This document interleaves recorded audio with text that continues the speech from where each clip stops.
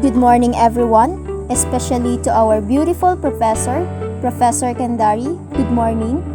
So today, we will discuss about incorporating source materials.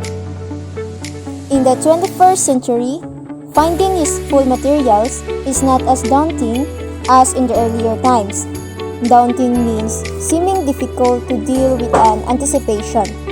In fact, you will be surprised that your topic is not as novel as you think.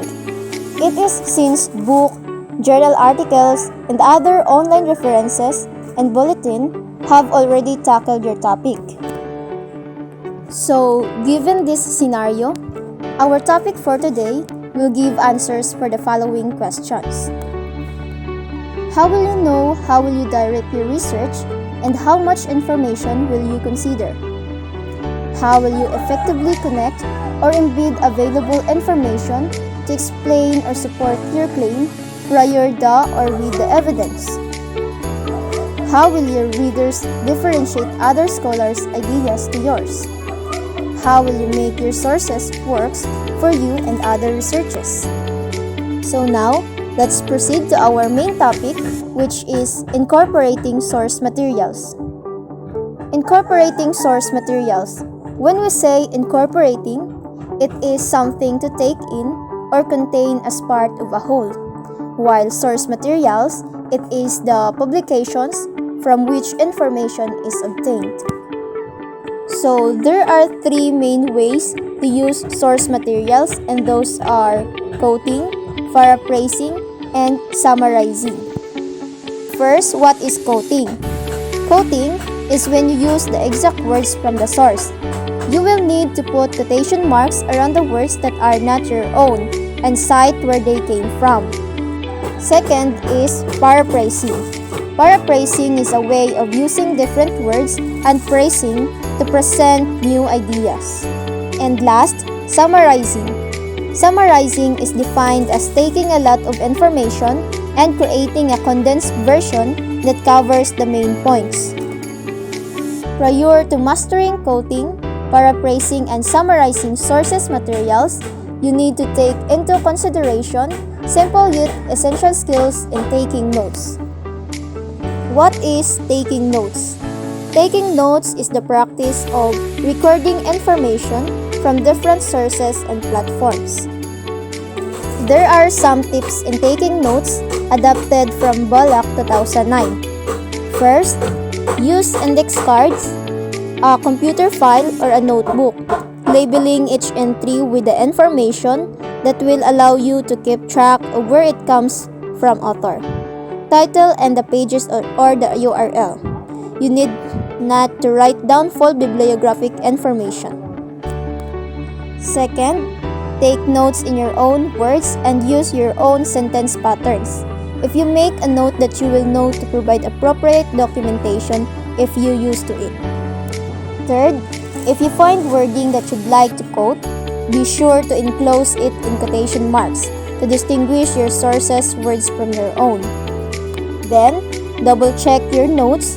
Be sure any quoted materials is accurately quoted and that you haven't accidentally plagiarized your sources. And last, label each note with a subject heading. Good day, everyone. So now, let's proceed to synthesizing. Synthesizing simply means combining. At a very basic level, synthesis refers to the combining multiple sources and ideas. This type of assignment requires that you examine a variety of sources and identify their relationship to your thesis. So, here are some tips for reading to identify patterns and connection. Bullet 2009. First, take notes and jot down a brief summary of each source to help you see relationship, patterns, and connection among your sources. Take notes on your own thoughts too. Second, read all your sources with an open mind. Withhold judgment, even of sources that seems wrong-headed or implausible. Do not jump to conclusions. Third, pay attention to your first reaction. You will likely have many ideas to work with, but your first thought can often lead somewhere that will find interesting. You may opt to do free writing, clustering, or listing to see where your thoughts leads. Think creatively and pay attention to thoughts that flicker at the of your consciousness as they may be well productive. Fourth, be playful. Good ideas sometimes come when we let our guard down or take ideas to extreme just to see where they lead. And lastly, keep in mind your rhetorical situation. Have you found out? Now, let's talk about also the in-text citation techniques. An in-text citation is the brief form of the reference that you include in the body of your work. It points the reader to the source so they can see where you got your information. In-text citation most commonly take the form of short parenthetical statements indicating the author and publication year of the source, as well as the page number if relevant. Example of citation is APA-style in-text citation. Include an in-text citation when you refer to summarize, paraphrase, or quote from other source.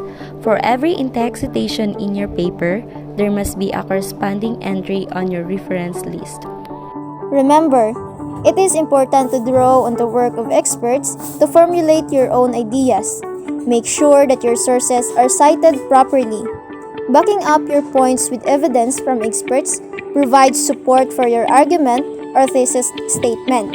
You are contributing to a scholarly conversation with scholars who are experts on your topic. When writing a paper where you're using source materials as evidence or to address the counter-argument, you'll need to cite your sources to give credit to the authors that wrote them. So, any question? Before we end our discussion, I have a question here. When writing a paper, why do we need to cite our sources? So please answer, and I want to read at least 3 answers. And that's all for today.